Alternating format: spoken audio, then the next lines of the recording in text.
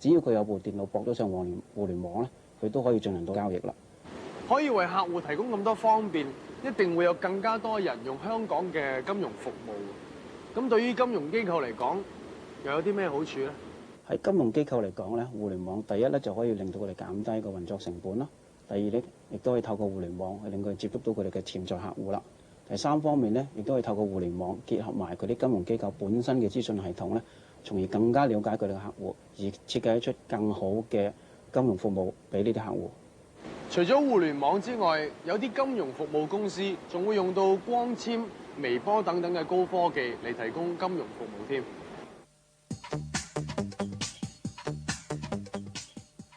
但人才咧就你唔可以話憑空就有嘅。你想培養多啲人才嘅話咧，尤其是金融嘅人才嘅話咧，最重要一樣嘢就係呢個社會咧係願意投資落去啲人身上邊，呢個提高個教育水準啦。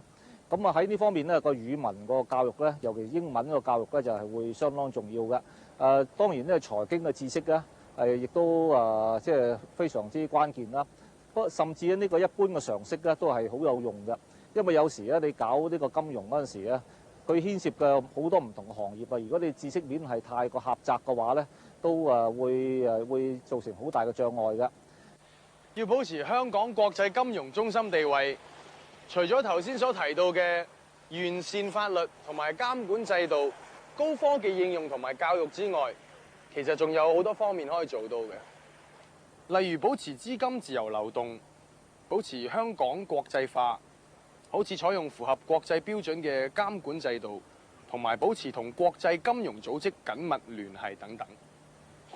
香港人憑住以往本身香港嘅優勢同努力，加上識得把握機會，造就咗香港國際金融中心呢個美譽。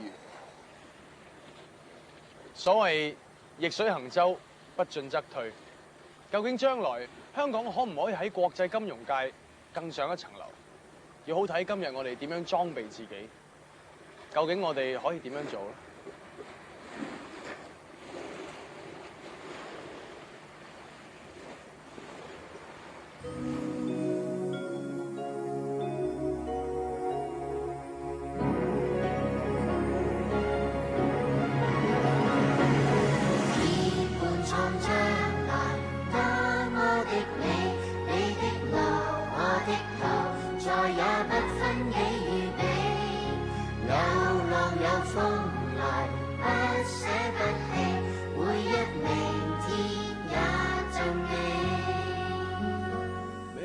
懂占卜，也不懂命理，卻可先知我們同步注定了不起，令我不普通，變得堅毅無忌。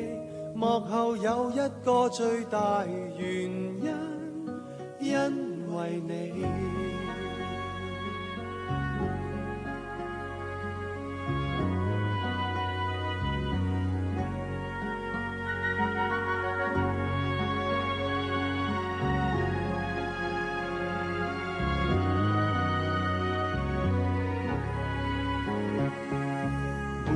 望向將來都找到你，我所夢我所期，全部喝彩因你起。你是我將來不捨不棄，我的明天創自你。沒仰天觀星，看星收日記，無問獅子相遇，前面有沒有驚喜。一早知幾多風吹雨飛，活着也很快樂，自尋到你。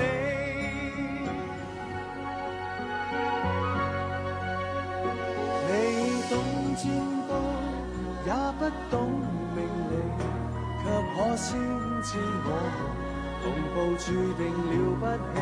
若我不普通，變得堅毅無忌，並沒秘方，這是純因。